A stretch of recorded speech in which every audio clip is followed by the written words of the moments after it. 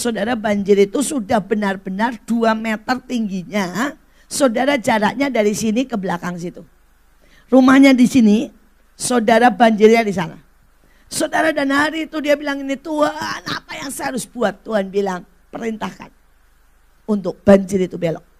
Saudara, dan dia berdiri di depan rumahnya dan berkata begini, belok dalam nama Yesus. Saudara, itu tiba-tiba ada angin. Banjir itu benar-benar belok ke arah sungai. Saudara, dan rumahnya tidak ada setetes pun air. Tuhan kita tetap buat mujizat. Tuhan kita tetap ajaib. Yang berbahagia ialah mereka yang mendengarkan firman Allah dan yang memeliharanya.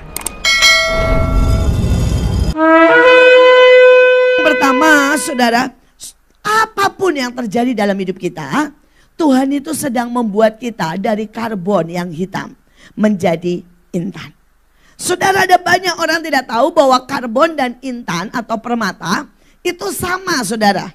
Dasarnya yaitu C, saudara ya. Tetapi ada yang berbeda. Karbon itu murah banget, 1 kilo, saudara, nggak sampai $5, 1 kilo. Sedangkan saudara, permata, kalau saudara bisa lihat yang di sini, saudara yang belum diasah mentah, 1 karat itu seujung kuku, saudara ya. Saudara, harganya $375. Itu seujung kuku, saudara. Tapi kalau saudara sudah diasah, maka harganya seujung kuku. Bayangin saudara, 5.000, saudara, US dollar. Saudara, betapa sangat berbeda dengan karbon. Why? Proses. Saudara, dalam hidup ini, saudara tidak bisa melihat seseorang ya menjadi baik, besar, kuat kalau dia tidak diproses. Saudara, kita tahu Bapak kita presiden, atau saudara ya para tentara, bahkan K-pop. Jangan pernah berpikir saudara bahwa K-pop jadi karena bakat. Kalau saudara pernah baca riwayat-riwayat mereka, ada yang 7 tahun saudara cuma belajar vokal, cuma belajar nari. Saudara, biar bagaimana semua melewati proses untuk menjadi permata. Nah saudara, apa bedanya? Sekali lagi, saudara, karbon kalau mau jadi permata dia harus terus menerus ada di bawah bumi.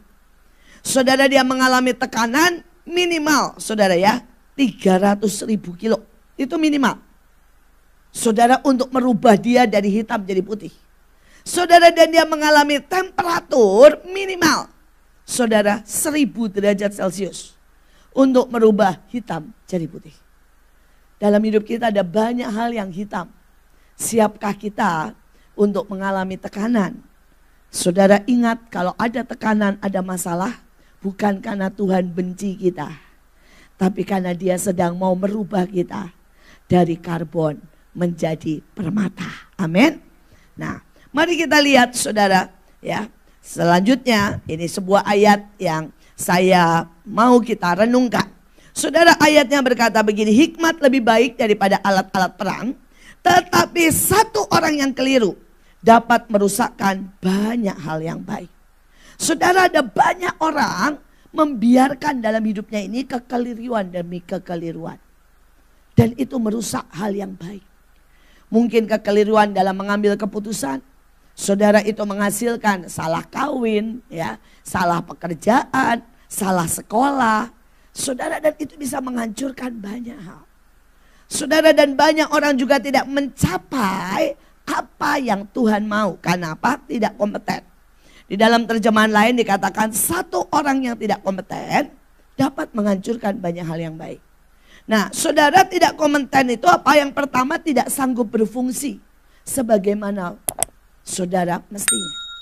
Jadi kalau ada bapak yang marah maki-maki, saudara, setiap anaknya salah, saudara ya, dia melukai anaknya, ini nggak kompeten namanya. Saudara, dan biasanya itu menghasilkan anak yang narkoba. Anak yang kemudian lari dari rumah, merusak seluruh kehidupan keluarga. Hanya karena apa? Tidak kompeten sebagai bapak. Tapi ada juga banyak ibu-ibu ya di luar sana. Saudara yang gak kompeten sebagai istri. Akibatnya apa? Suaminya saudara pergi. Mungkin cari saudara istri lain. Anak-anaknya marah. Nah, hari ini mari kita cek hidup kita.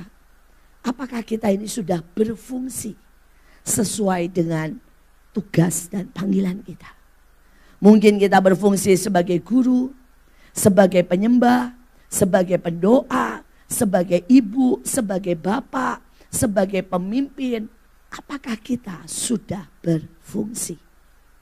Ataukah kita tidak kompeten? Kita tidak mau tahu dan kita tidak berdiri pada tempat kita. Saudara, yang kedua adalah tidak sanggup berlaku sesuai dengan kapasitas. Setiap kita itu punya kapasitas. Dan banyak orang sebenarnya tidak menyadari bahwa Tuhan memberikan kapasitas besar. Pada waktu Adam Hawa diciptakan, dia dapat tugas mengatur seluruh dunia.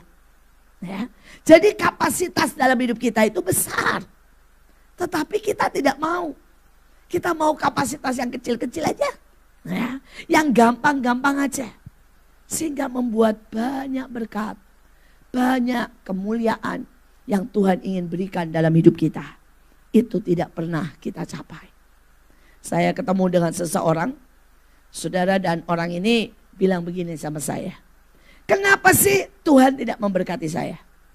Kenapa orang lain sudah punya rumah, punya mobil, sedangkan saya tetap seperti ini? Dia seorang wanita, saudara ya, dan saya tahu pasti kapasitasnya sangat besar. Saya tidak pernah menemukan orang sekreatif dia. Saya tidak menemukan juga orang sepandai dia dalam memasak, dalam bikin kue, dalam bikin apapun. Dan dia marah karena Tuhan tidak memberkati dia. Dan saya mulai berkata, kita ngomong satu aja. Kamu itu kalau bikin es puter, enaknya luar biasa. Gak ada ya orang bisa bikin es puter seenak kamu. Selama ini saya keliling ke seluruh Indonesia, tidak ada es puter seenak dia.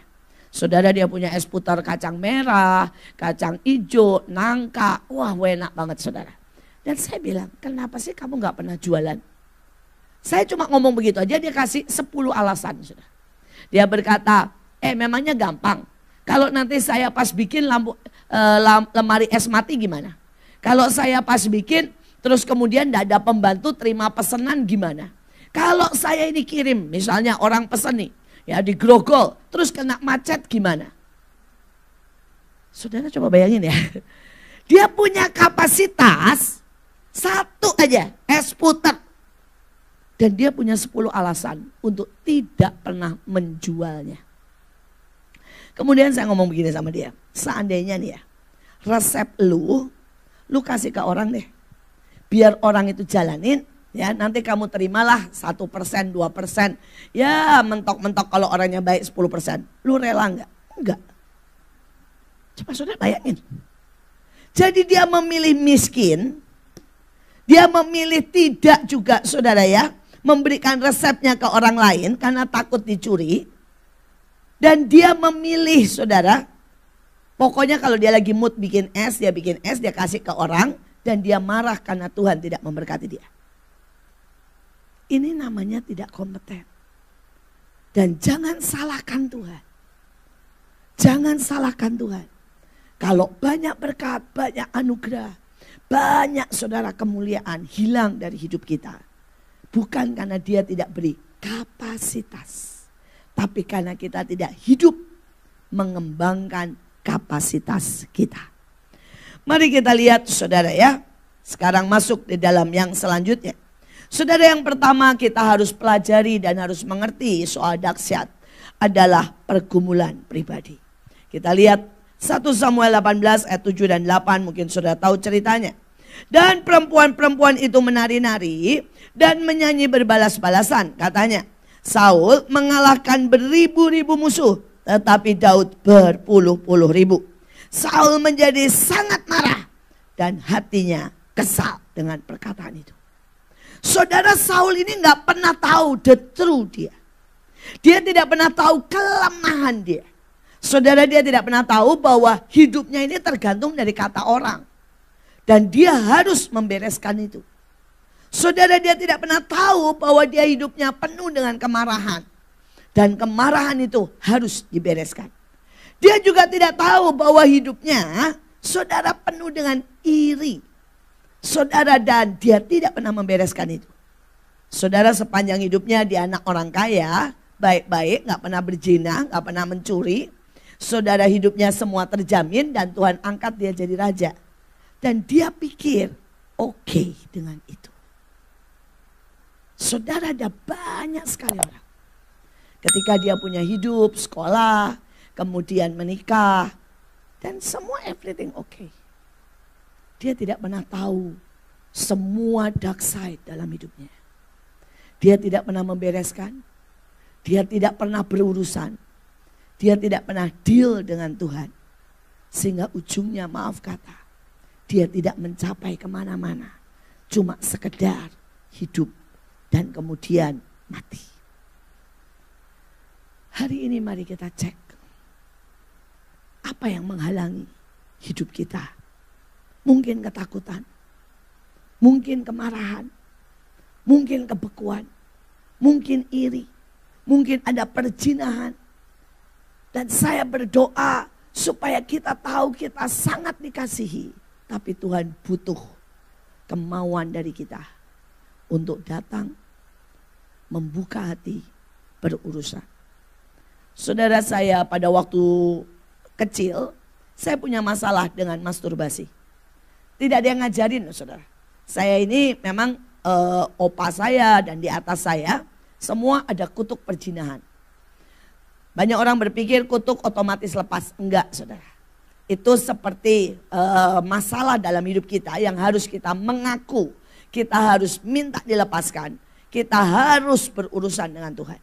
Saudara, jadi opa saya di atas saya ya berkali-kali. Saudara itu punya istri lebih dari satu. Saudara, karena dulu opa-opa saya itu cukup kaya lah gitu ya. Saudara, kayak kaisar kecil. Saudara, sehingga mereka itu punya istri, punya selir ya. Dan berbagai seperti itu. Saudara, dan itu turun sampai kepada saya. Saya anak sulung. Ayah saya juga pernah jatuh berkali-kali dalam perzinahan. Saudara, dan tanpa ada yang mengajari saya. Saudara, saya umur 3 tahun. Saudara, rasanya nggak mungkin ya umur 3 tahun. Tapi ini kenyataan. Saya masturbasi pertama kali. Dan itu menjadi sebuah masalah dalam hidup saya. Anak hamba Tuhan. Tapi toh itu bisa terjadi. Tapi saya deal dengan itu. Saya pergi ke 5 hamba Tuhan, saudara. Untuk minta pelayanan pelepasan sendiri. Saya umur 9, saya mulai datang ke si A, si B, si C. Saya pergi, saudara, ke hamba Tuhan yang tahu tentang roh, yang tahu tentang jiwa. Saya minta konseling, saya minta dibereskan, saya minta kutuk keturunan dipatahkan. Saudara, dan kemudian saya melatih badan saya sampai saya sembuh. Ya, itu cuma satu. Saya juga punya pemarah, saudara. Dan saya juga berurusan dengan itu 1 tahun. Saya benar-benar berkata, Tuhan ampuni kemarahan saya. Dan Tuhan membereskan itu. Saya hari itu cucu, saudara ya. Cucu pertama dari opa dan oma saya yang orang paling kaya, saudara. Di Jepara. Jadi dulu kalau waktu saya kecil, kalau pagi itu semua orang, saudara. Bakul-bakul istilahnya ya. Orang penjual di pasar. Itu akan buka, saudara, bawa dagangannya di depan emak saya. Ada durian, ada mete, ada sayur. Saudara, dan emak saya akan jalan dan pilih. Ini. Ya, terus dibayar, terus mereka baru ke pasar. Jadi sebelum ke pasar mesti ngadep dulu oma saya, saudara. Karena pembeli terbanyak adalah oma saya. Dan oma saya harus beli yang terbaik. Saudara, jadi setiap hari hidangan di tempat kami, itu bisa 9 menu, saudara, setiap hari. Jadi dari kecil kalau saya makan, saya misalnya makan ya, anggaplah sama babi kecap, cuma 2 sendok, saya bilang ganti. Ganti lagi, sama telur anggaplah. Saya bilang ganti lagi sama opor. Karena memang apa? 1 meja itu setiap hari 9 menu. Tapi tanpa sadar itu menyebabkan kemanjaan dalam hidup saya. Saya menjadi orang pemilih, memanja, penuntut. Ya. Ada yang saya masih ingat banget, ini kebangetan. Sampai kalau sekarang saya mikir kenapa ya saya ini bisa sebegitunya. Saya merasa bahwa karena saya cucu daripada orang terkaya, saya harus pakai baju terbaik. Hari itu saya ke sekolah minggu dan lihat anak orang lain pakai baju Cinderella. Saudara tahu ya, udah baju Cinderella yang gede, saudara mekar, saudara pakai begitu. Dan mungkin buat opa oma saya, buat semua berpikir baju pakai itu kan gatel. Jadi saya tuh nggak pernah dikasih baju itu dulunya ya. Baju saya selalu simple, elegan ya. Nah tapi begitu lihat baju Cinderella yang mekar, bagus, menurut saya bagus. Saya nggak peduli gatelnya, saudara ya. Saya nangis dan saya bilang begini, saya mau itu. Sekarang juga. Dan dalam 1 hari, saudara dalam 1 jam mungkin. Tante saya bikinin saya baju Cinderella yang lebih gede saudara ya. Lebih megah saudara. Lebih berendak pakai 1000 permata istilahnya. Saudara, dan ke sekolah minggu cuma untuk apa? Pamer. Saudara bisa bayangkan separah itu di usia 3 tahun. Ya. Dan saya bersyukur Tuhan itu punya cara untuk menghabisi saya. Ayah saya kena wajib saudara tugas karena ayah saya seorang dokter. Saudara dia kena wajib tugas di Papua. Dan dari menu 9, saudara bisa bayangkan di sana beras aja tak ada saudara. Jadi kami makannya itu pisang atau ketela. Ayam tidak ada, sayur tidak ada. Hari itu saya nangis marah dengan semua keadaan. Tapi saya ingat ayah saya gendong masukkan saya di kamar. Dan dia bilang begini, bereskan hatimu, habiskan makananmu itu ya yang isinya cuma ketela. Ya. Setelah beres ya, ketok pintu dan keluar. Itu adalah awal Tuhan berperkara dengan saya. Tiba-tiba di usia yang sangat dini. Mungkin banyak orang berkata, apakah bisa? Bisa. Kalau saudara mendoakan anak saudara. Kalau saudara mendidik anak saudara. Kenal Tuhan. Sangat dini. Tuhan akan beracara dengan kita. Saudara dan ajaib sekali. Di tengah saya marah Tuhan bilang begini, berhenti jadi putri. Mulai bersyukur dengan apapun juga. Maka engkau akan menjadi kuat dan menjadi alat kemuliaanku. Seperti yang dikatakan tadi pemimpin pujian, bejana kemuliaan. Seharusnya itu tidak diucapkan untuk anak 3 tahun. Tapi aneh, saya bisa mudeng. Saya berhenti nangis, saya makan ketela saya. Saudara, dan disitulah mulai proses panjang untuk saya membereskan dark side dalam hidup saya. Tapi kalau itu tidak pernah terjadi, saya tidak bisa berdiri dan menjadi seperti sekarang ini. Mungkin Bapak Ibu berkata, Bu bagaimana kalau saya sudah tua? Tidak apa-apa, bereskan.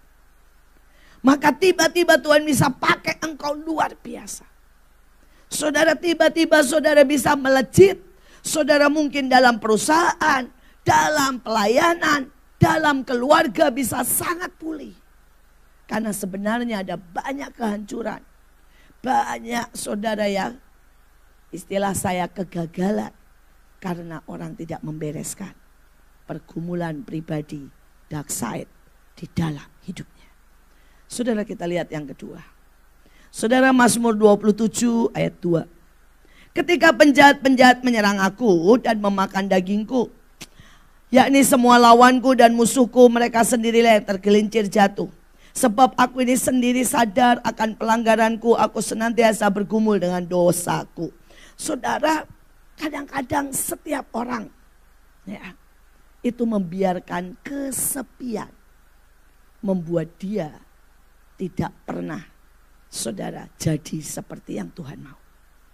Saudara mungkin berkata, Bu kalau kita menikah bergereja, banyak orang bergereja tapi tidak pernah punya hubungan satu dengan yang lain. Banyak orang menikah tetapi suami istri ya cuma di permukaan, tidak pernah tahu hati yang terdalam. Saudara, berapa banyak saudara mengenal anak-anakmu?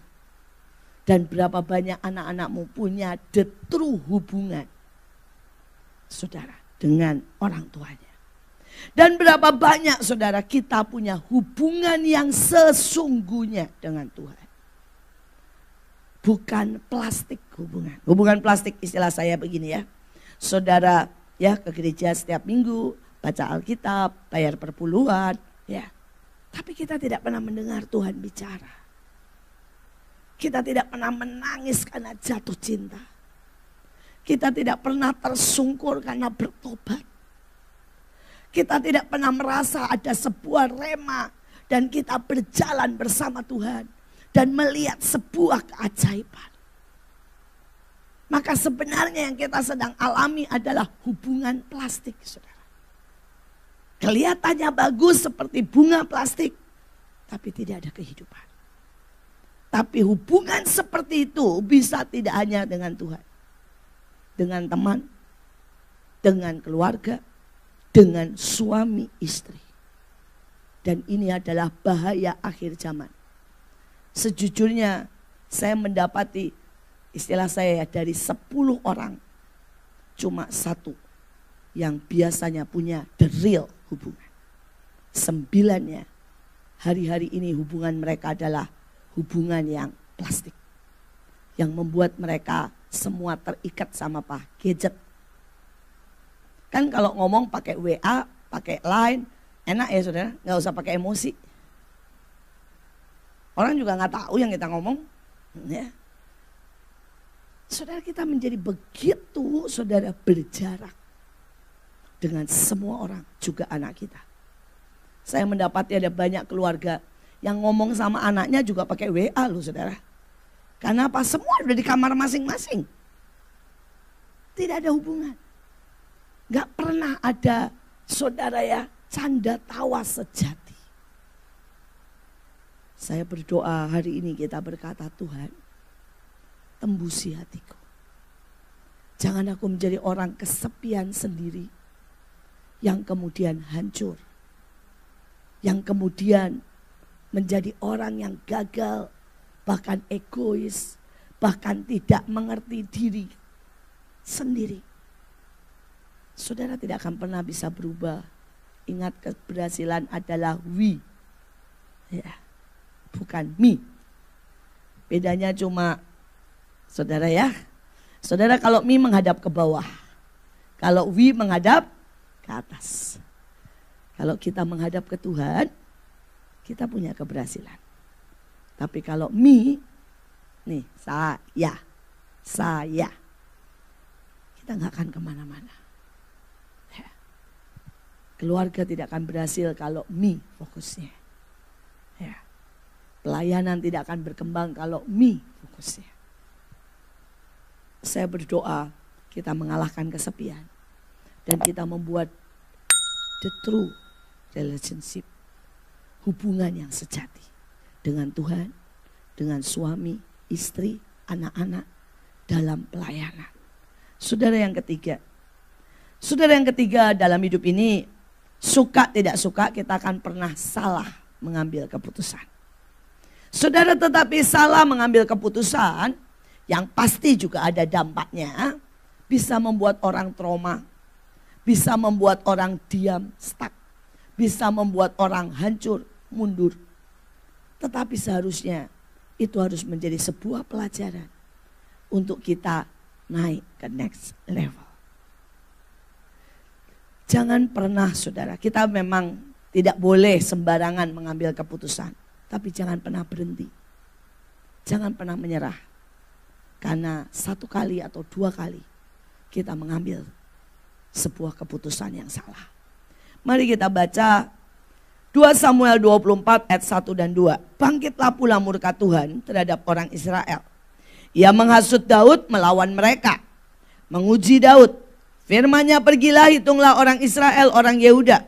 Lalu berkatalah raja kepada Yoab dan para panglima, jelajahi segenap suku Israel. Adakan pendaftaran di antara rakyat supaya aku tahu jumlah mereka.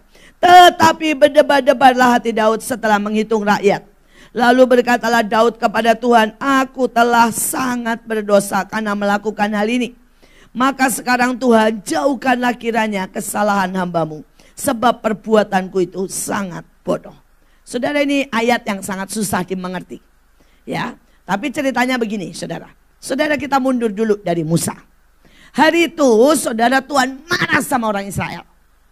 Dan dia bilang begini sama Musa, Musa, aku mau habiskan semua orang Israel. Kau bunuh aja semuanya. Cuma kamu aja kusisain dan mari bangun dari mula. Tapi Musa ini kenal Tuhan sampai sedalamnya. Dia kenal bahwa itu cuma Tuhan lagi emosi. Tapi hatinya sangat mengasihi. Karena itu dia bilang gini, Tuhan jangan please jangan gebuki. Jangan hancurkan. Biarkan aku mengajar. Biarkan aku menggendong. Biarkan aku mendidik orang Israel. Tuhan please jangan bunuh mereka. Saudara, dan Musa adalah orang yang mengenal Tuhan. Bahkan Tuhan menyebut orang yang paling lembut hatinya. Hari itu Daud mengalami peristiwa yang sama. Tuhan marah lagi nih sama orang Israel. Karena orang Israel berzina, orang Israel saudara ya menyembah berhala, orang Israel kurang ajar. Tuhan marah lagi. Kali ini dia ngomongnya sama Daud. Daud, ya aku ini kesel banget sama orang Israel. Udah hitung aja. Ya, yang benar yang mana, yang jelek yang mana, yang bisa bawa pedang yang mana, hitung dengan benar. Ya, istilahnya nih ya. Yang jelek-jelek singkirin aja. Ya, kita hitung aja yang benar. Saudara, tapi pada waktu itu Daud ini hari itu belum sangat mengerti hati Tuhan. Pada waktu dia tahu itu, saudara, dia bilang, oke, kita hitung.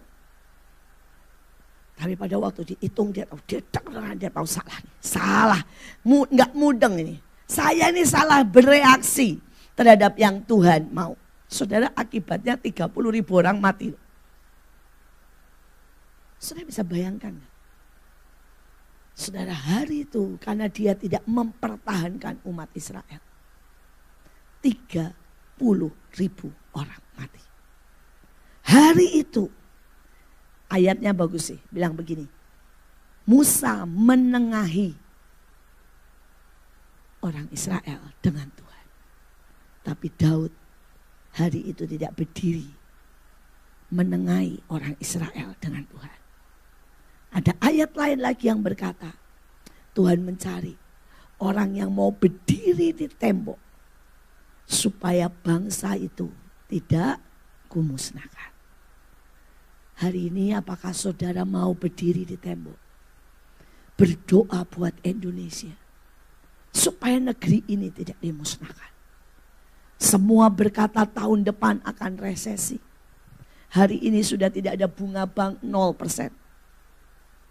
Saudara, kita tahu bensin dan semua sudah naik 25%. Tapi saudara dan saya mesti bersyukur karena di Indonesia baru naik 25%.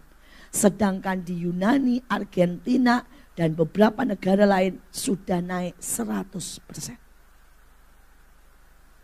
Di beberapa tempat tahukah saudara bahwa bensin seliter sudah 50.000. Tapi apakah kita mau diam saja? Ataukah kita mulai berdoa, Tuhan, hanya Engkau yang bisa buat mujizat. Saudara, iblis menuntut karena kejahatan manusia. Iblis menuntut karena memang saudara, manusia makin hari makin egois, gak cinta Tuhan. Alkitab itu ya dan amin. Salah satunya Alkitab bilang begini. Ketika korban penyembahan dihentikan di seluruh dunia, maka kekejian dan kehancuran itu menjadi sangat kuat. Tahukah saudara, pada waktu COVID dan pandemi, gereja yang tutup mencapai 100.000. Hari itu pujian, penyembahan, korban diapakan? Dihentikan. Karena itu hari-hari yang lalu, pada waktu pandemi kami memutuskan tidak menghentikan. Karena kami berkata tidak bisa itu dihentikan. Begitu itu dihentikan, Alkitab berkata kekejian, kehancuran, pembinasa muncul. Dan sejak hari itu dunia semakin rusak. Dunia semakin hancur. Bencana di mana-mana. Karena itu mari hari-hari ini naikkan sekali lagi. Kalau saudara bu sekarang sudah lewat. Kenyataannya enggak, saudara. Kenyataannya dari 100.000 yang hari itu tutup. Yang kembali dibuka itu cuma 10.000. 90.000-nya benar-benar tutup selama-lamanya. Beberapa saudara berkata, Bu, kan bisa online. Siapa di sini yang kalau online di rumah benar-benar saudara, wah nyembah-nyembah, tepuk tangan, ikut tepuk tangan. Kenyataannya enggak kan? Kalau di rumah saudara ya, masang video sembari apa? Makan mie sedap. Ya. Saya punya suami saya itu orang paling, apa ya istilah saya, aturan. Saudara dulu sebelum pandemik, saudara suami saya itu kalau datang ke gereja harus setengah jam di muka. Harus pakai sepatu karena dia punya pegangan. Saudara harus menghadap raja, harus sopan. Saudara dan kemudian selama kebaktian tidak boleh nyalain HP. Kalau saya nyalain HP kaki saya ditendang keras-keras. Saudara kalau kita nyanyi tidak boleh setengah tiang. Ya kalau kita angkat tangan segini tuh kata dia setengah tiang. Jadi harus tinggi-tinggi saudara. Saudara dia juga paling kesel kalau di kebaktian orang nyanyi tidak bersuara. Cuma buka mulut gini. How great is our God gitu ya. Kata dia bilang gitu, itu enggak nyanyi namanya, cuap-cuap namanya. Saudara dia juga pemimpin pujian, dia juga pengkhotbah saudara ya. Terus begitu pandemik, saudara karena dia seorang apa ya, kunci lah di perusahaannya, dia seorang CEO yang memegang 6.000 karyawan saudara.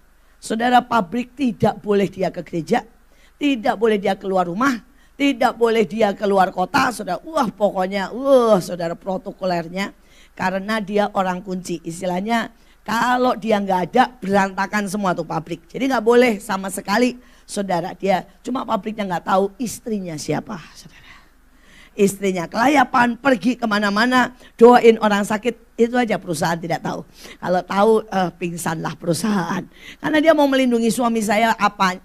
Karena tiap hari ketemu saya saudara ya, yang kelayapan kemana-mana. Nah singkat cerita dia benar-benar gak boleh saudara.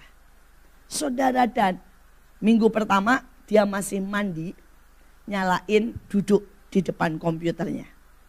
Cuma butuh 3 minggu sudah gak mandi, nontonnya di atas ranjang saudara. Cuma butuh 3 minggu. Dan saudara selanjutnya apa? Sudah makan sembari nonton kebaktian. Selanjutnya apa lagi?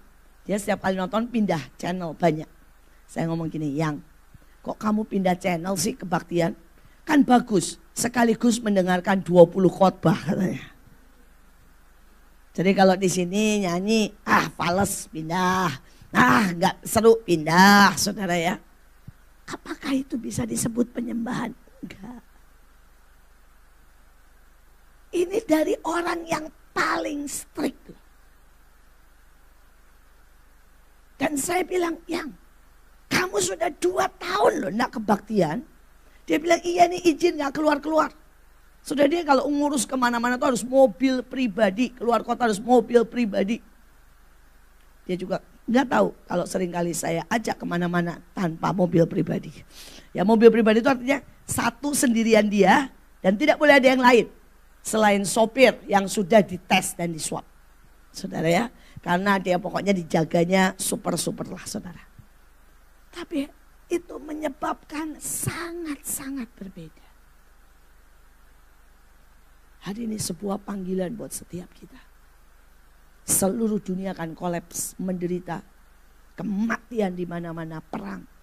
Kalau penyembahan dihentikan. Itu kata Alkitab. Dan apakah kita mau berdoa? Apakah kita mau berdiri buat bangsa kita? Apakah saudara mau sungguh-sungguh menaikkan sebuah penyembahan dan doa syafaat? Atau kita nggak peduli? Dan jangan salahkan Tuhan jika keadaan semakin berat dan semakin berat. Karena itu sudah dikatakan di Alkitab. Tapi balik. Saudara, hari itu Daud tidak mengerti hati Tuhan. Tuhan mau berkata, Daud berdoalah, Daud bersyafaatlah, Daud rendahkan dirimu di hadapanku untuk membela bangsamu. Daud belum mengerti dan dia salah ambil keputusan. 30.000 orang meninggal. Tapi yang ajaib dari Daud, dia tidak mundur. Dia tidak trauma dengan Tuhan. Dia tidak marah. Tapi dia semakin mendekat dengan Tuhan. Sampai akhirnya dia mengenal Tuhan dan mendapat julukan orang yang seirama dengan hati Tuhan. Apakah kita mau menjadi orang yang seirama dengan hati Tuhan?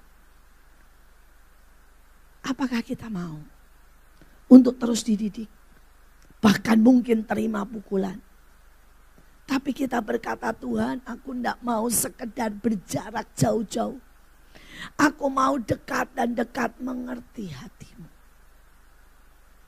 Dan kita menjadi orang yang semakin bijak dalam mengambil keputusan. Ayah saya punya 2 anjing. Dan saya tuh melihat sebuah perbedaan yang ajaib. Saudara, dua-duanya anjing keren dan bagus, walaupun bagusnya beda. Yang satu herder hitam, namanya Dian, saudara. Yang satu, saudara ya, anjing putih bersih Spanyol, namanya Dino, saudara. Saudara, dua-duanya keren, dua-duanya bagus. Tapi ada yang berbeda sekali. Dididik sama, umur sama, semuanya sama, saudara. Jadi waktu itu memang ayah saya mengambil 2 ekor anjing ini. Saudara, setiap kali dua-duanya misalnya ngompol nih ya. Maka ayah saya akan mengambil kertas koran digulung, saudara, dan diangkat. Ya. Saudara, begitu ayah saya mengambil kertas koran dan digulung, diangkat. Mereka tahu mau digebuk ya saudara ya. Saudara, yang Dian si hitam ini lari. Keluar. Saudara, yang putih, dia tahu loh ayah saya bawa tongkat mau mukul. Dia akan mendatangi ayah saya dengan telongsor, saudara, dan mencium kaki ayah saya. Digebuk, tidak akan pergi. Saudara, dia digebuk 10 kali, berapa kali dia tidak akan pergi. Dia akan menciumi ayah saya. Saudara, dan itu membuat yang ajaib. Saudara, ayah saya selalu lebih dekat dengan yang putih daripada dengan yang hitam. Dan semakin ayah saya dekat dengan yang putih, salah satunya ayah saya sering sekali mengambil makanan, dan yang putih itu makan dari tangan ayah saya. Saudara, maka yang hitam semakin iri. Saudara, dan yang hitam kalau sudah begitu gereng. Saudara tahu gereng? Anjing. Saudara, dan ayah saya makin gak suka. Setiap kali dia bilang, ayah saya akan selalu begini, Dian. Karena ayah saya gak suka dengan dia yang, bayangin ya, anjing herder gede hitam, saudara ya, pamer gigi dengan gini, gitu ya. Saudara, dan ayah saya gak suka itu. Jadi ayah saya akan makin bentak dengan Dian. Saudara, dan kalau ayah saya bentak seperti itu ya, dia makin pergi. Dia memilih tidur di luar. Sedangkan Dino memilih tidur di kaki ranjang ayah saya. Sampai matinya mereka seperti itu. Saudara, dia mati di luar. Kesepian, pemarah. Sangat garang. Dino sangat lembut.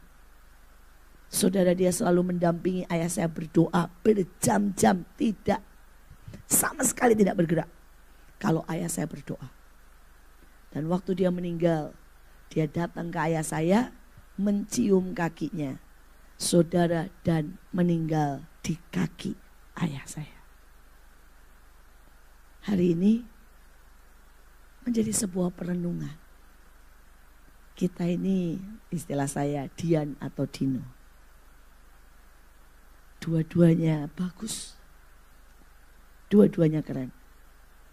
Saudara, bahkan Dian ini saking marahnya. Hari itu saya pergi, saudara ya, setahun dan gak pulang. Saudara, Dian ini punya daerah teritorial. Jadi dapur sampai ke depan itu dia yang menjaga. Saudara ya, seorang siapapun asing kalau berani masuk tanpa seizin saudara ya, atau ditemenin orang atau orang keluarga kita, dia akan langsung gigit, serang. Saudara, dia penjaga yang baik sebenarnya, tapi dia menjaga teritorialnya.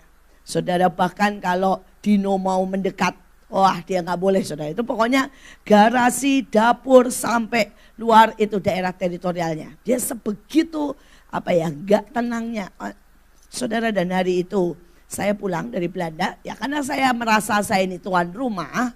Saya masuklah, saya nyelonong saudara ya ke dapur saya dengan tidak ada apa-apa saudara ya. Saya masuk aja, orang saya tuan rumah dari luar negeri. Saudara, dia tuh langsung gigit saya, langsung. Dan hari itu jelas ayah saya nggak terima ya. Saudara, dia dihajar habis-habisan sama ayah saya. Saudara, dan dari matanya, aduh kalau saudara bisa lihat hari itu ya, marah sekali. Dia sakit hati sekali sama ayah saya. Saya berpikir ini anjing. Tapi itu menjadi pelajaran buat saya. Ada orang-orang yang mempertahankan prinsip. Mempertahankan hak. Mempertahankan egonya. Dan kalau orang menyerang atau mendekatinya, langsung diserang, digigit. Dan apakah Tuhan berpikir oke, no. Tuhan akan menggebuki kita istilahnya. Dan biasanya orang-orang seperti itu bukannya tambah sadar, tambah sakit hati. Bilangnya, kenapa Tuhan tidak memberkati? Kenapa gereja saya berantakan? Kenapa perusahaan memecat saya? Padahal persoalannya adalah dia tidak pernah belajar mengenal hati Tuhannya. Hati Tuhan, hati istri, hati Bapa. Mari belajar, sekalipun kita punya banyak kesalahan, tidak ada kata terlambat. Tuhan berkata seperti dia berkata kepada anak bungsu, ayo datang. Ayo datang kepadaku. Jangan sampai kita jadi anak sulung yang kelihatannya baik-baik di rumah Bapak, tetapi tidak pernah mengenal dan tidak pernah tahu hati Bapaknya. Saudara, karena waktu saya langsung ke paling belakang. Ya. Saudara kata bangkitlah. Ya. Yesaya 51 ayat 1 dan 2 dan 10. Terjagalah. Ya. Paling belakang. Bangkitlah. Terus. Yes. Sebelum tadi terakhir bangkitlah. Kecepatan dikit. Ya, stop. Terjagalah, bangunlah. Katakanlah kenakanlah kekuatanmu seperti pakaian. Kenakanlah pakaian kehormatanmu, hai Yerusalem, kota yang kudus. Sebab tidak seorang pun yang tidak bersunat atau yang najis akan masuk ke dalammu. Kebaskanlah debu daripadamu, bangunlah. Tanggalkanlah ikatan-ikatan dari lehermu, hai putri Sion yang tertawan. Tuhan telah menunjukkan tangannya yang kudus di depan mata semua bangsa. Maka segala ujung bumi melihat keselamatan yang dari Allah kita. Saudara, Tuhan sangat ingin memberi keselamatan. Saudara, keselamatan, perlindungan, saudara ya kesembuhan dari penyakit, dari ekonomi, dari perpecahan, dari saudara mungkin bencana. Tuhan sangat ingin. Tapi apakah saudara ini yang pertama nih syaratnya terjaga? apakah saudara ini sadar? Ya, mungkin beberapa orang sebenarnya sedang tertidur, saudara. Dan Tuhan mau berkata bangkit. Teman saya mengalami banjir. Saudara, banjir itu sudah benar-benar 2 meter tingginya. Saudara, jaraknya dari sini ke belakang situ. Rumahnya di sini, saudara, banjirnya di sana. Saudara, dan hari itu dia bilang ini, Tuhan apa yang saya harus buat? Tuhan bilang, perintahkan untuk banjir itu belok. Saudara, dan dia berdiri di depan rumahnya dan berkata begini, belok dalam nama Yesus. Saudara, itu tiba-tiba ada angin. Banjir itu benar-benar belok ke arah sungai. Saudara, dan rumahnya tidak ada setetes pun air. Tuhan kita tetap buat mujizat. Tuhan kita tetap ajaib. Saudara, hari itu teman saya yang lain, saudara, dia rumahnya, saudara ya, di dekat Gunung Kelut. Saudara, dan Tuhan bilang gini, urapi seluruhnya. Saudara, dan dia bangkit dengan kuasa Tuhan, dengan otoritas Tuhan. Dia urapi, saudara. Tuhan bilang urapi 3 kali. Pertama dengan anggur, kedua dengan garam, ketiga dengan minyak. Saudara, dan dia urapi. Saudara, dan tiba-tiba itu gunung meletus. Bam! Saudara, semua orang harus mengungsi termasuk dia. Dan kemudian orang bilang habis, semuanya habis. Setidaknya semua itu kena debu, kena lahar dingin, mengerikan sekali. Saudara, dan dia berpikir, sudahlah, saya serahkan ke Tuhan. Setelah 3 hari dia balik ke rumahnya. Saudara, setelah semua reda, jadi setelah meletus, 3 hari setelah meletus, saudara, setelah semua dikatakan sudah bisa dilihat walaupun tetap harus waspada, dia balik ke rumahnya dan dia syok, saudara. Saudara, rupanya di awal daripada letusan itu ada batu, saudara, terlontar, itu mungkin sebesar ruangan ini. Saudara, dan batu itu bam di depan rumahnya, kurang lebih 2 meter dari rumahnya. Saudara, itu lahar dingin, lahar panas, semua seperti dibelah, melewati ke kiri dan ke kanan, saudara. Dan rumahnya tidak ada satupun air, tidak ada satupun lahar, tidak ada satupun debu. Sampai dia bilang begini, wow, di tengah semua yang lain hancur. Saudara, Tuhan tetap Tuhan yang dahsyat. Tapi apakah saudara terjaga dan bangun? Ataukah hari ini kita tidak bisa dengar suara Tuhan? Kita tidak siap mengikuti perintah Tuhan. Kita tidak terjaga, kita tidak bangun. Nah, saudara, dikatakan kenakan kekuatanmu seperti pakaian. Setiap saudara ada kekuatan. Mungkin ada kekuatannya masak, ada kekuatannya doa, ada kekuatannya bawa firman. Setiap orang punya kekuatan. Dan kalau setiap kita berdiri pada tempat kita, maka keselamatan itu datang. Tapi banyak orang tidak mau memakai kekuatannya.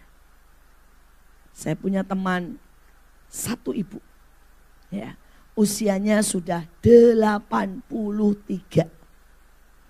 Tetapi saudara, ibu ini mengenakan kekuatannya. Saudara, kekuatan dia adalah apa? Doa. Di usia 83 dia masih doa keliling tanpa pakai alas kaki. Kelilingin jalan, saudara. Kompleks, kota, tempat. Saudara, hari ini 83 sehat banget. Dan yang luar biasa keluarganya, kotanya, daerahnya. Surat Petrus yang pertama, 1 Petrus pasal 1.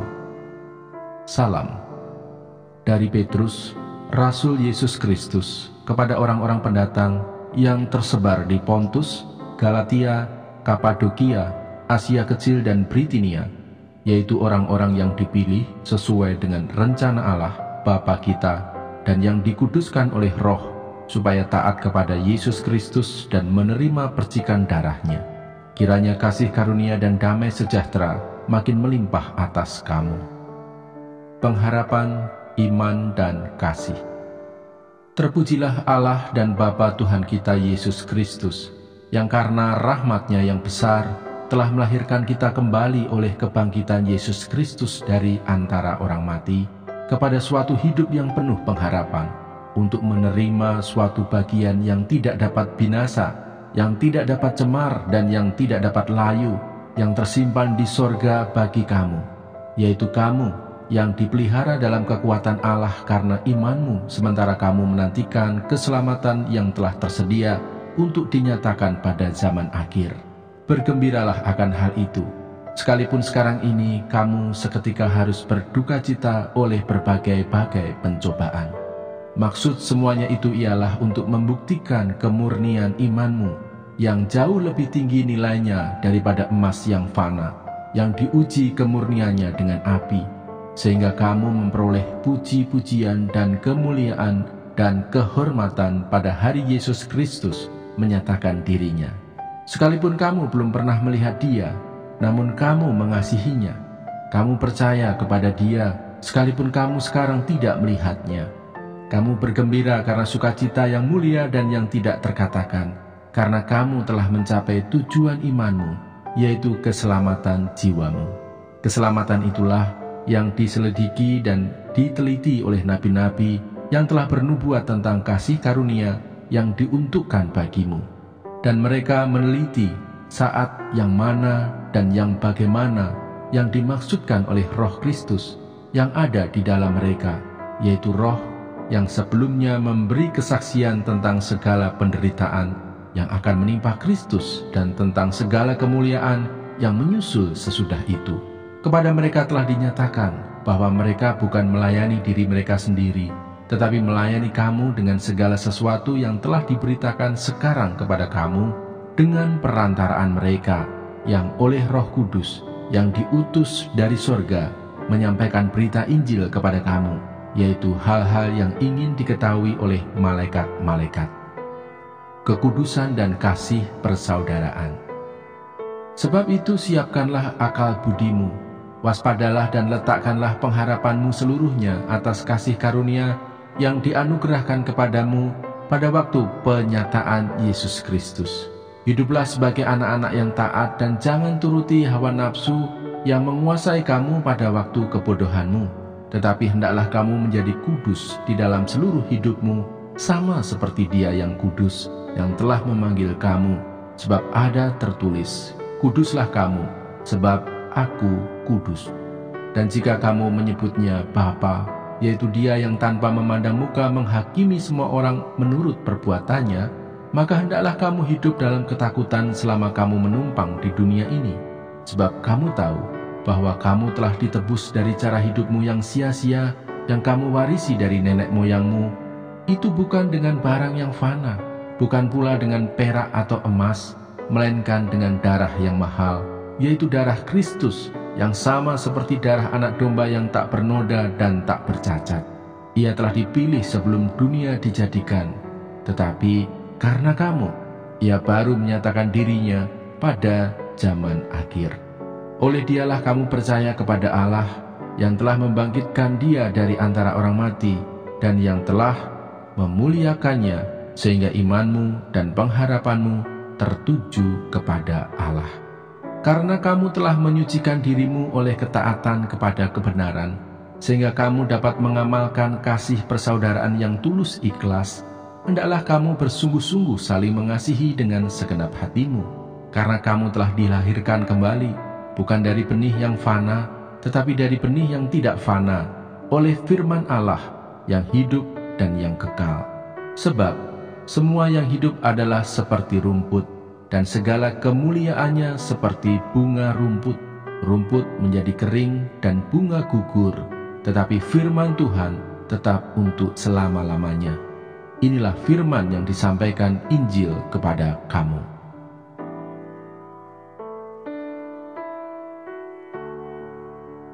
Satu Petrus pasal 2. Yesus Kristus batu penjuru. Karena itu buanglah segala kejahatan, segala tipu muslihat, dan segala macam kemunafikan, kedengkian, dan fitnah. Dan jadilah sama seperti bayi yang baru lahir, yang selalu ingin akan air susu yang murni dan yang rohani, supaya olehnya kamu bertumbuh dan beroleh keselamatan, jika kamu benar-benar telah mengecap kebaikan Tuhan. Dan datanglah kepadanya batu yang hidup itu, yang memang dibuang oleh manusia, tetapi yang dipilih dan dihormat di hadirat Allah. Dan biarlah kamu juga dipergunakan sebagai batu hidup untuk pembangunan suatu rumah rohani bagi suatu imamat kudus, untuk mempersembahkan persembahan rohani yang karena Yesus Kristus berkenan kepada Allah. Sebab ada tertulis dalam kitab suci, "Sesungguhnya Aku meletakkan di Sion sebuah batu yang terpilih, sebuah batu penjuru yang mahal, dan siapa yang percaya kepadanya tidak akan dipermalukan. Karena itu bagi kamu yang percaya, ia mahal. Tetapi bagi mereka yang tidak percaya, batu yang telah dibuang oleh tukang-tukang bangunan telah menjadi batu penjuru, juga telah menjadi batu sentuhan dan suatu batu sandungan. Mereka tersandung padanya karena mereka tidak taat kepada firman Allah, dan untuk itu mereka juga telah disediakan. Tetapi kamulah bangsa yang terpilih, imamat yang rajani, bangsa yang kudus, umat kepunyaan Allah sendiri, supaya kamu memberitakan perbuatan-perbuatan yang besar dari Dia, yang telah memanggil kamu keluar dari kegelapan kepada terangnya yang ajaib. Kamu yang dahulu bukan umat Allah, tetapi yang sekarang telah menjadi umat-Nya, yang dahulu tidak dikasihani, tetapi yang sekarang telah beroleh belas kasihan. Peringatan untuk hidup sebagai hamba Allah. Saudara-saudaraku yang kekasih, aku menasihati kamu, supaya sebagai pendatang dan perantau, kamu menjauhkan diri dari keinginan-keinginan daging yang berjuang melawan jiwa. Milikilah cara hidup yang baik di tengah-tengah bangsa-bangsa bukan Yahudi, supaya apabila mereka memfitnah kamu sebagai orang durjana, mereka dapat melihatnya dari perbuatan-perbuatanmu yang baik, dan memuliakan Allah pada hari Ia melawat mereka. Tunduklah karena Allah kepada semua lembaga manusia, baik kepada raja sebagai pemegang kekuasaan yang tertinggi, maupun kepada wali-wali yang diutusnya untuk menghukum orang-orang yang berbuat jahat, dan menghormati orang-orang yang berbuat baik. Sebab inilah kehendak Allah, yaitu supaya dengan berbuat baik, kamu membungkamkan kepicikan orang-orang yang bodoh. Hiduplah sebagai orang merdeka, dan bukan seperti mereka yang menyalahgunakan kemerdekaan itu untuk menyelubungi kejahatan-kejahatan mereka, tetapi hiduplah sebagai hamba Allah. Hormatilah semua orang, kasihilah saudara-saudaramu, takutlah akan Allah, hormatilah Raja. Penderitaan Kristus sebagai teladan. Hai kamu, hamba-hamba, tunduklah dengan penuh ketakutan kepada Tuanmu, bukan saja kepada yang baik dan peramah, tetapi juga kepada yang bengis.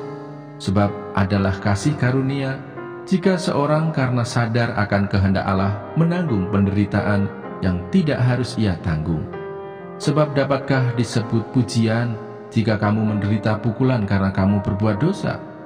Tetapi jika kamu berbuat baik, dan karena itu kamu harus menderita, maka itu adalah kasih karunia pada Allah. Sebab untuk itulah kamu dipanggil, karena Kristus pun telah menderita untuk kamu, dan telah meninggalkan teladan bagimu, supaya kamu mengikuti jejaknya.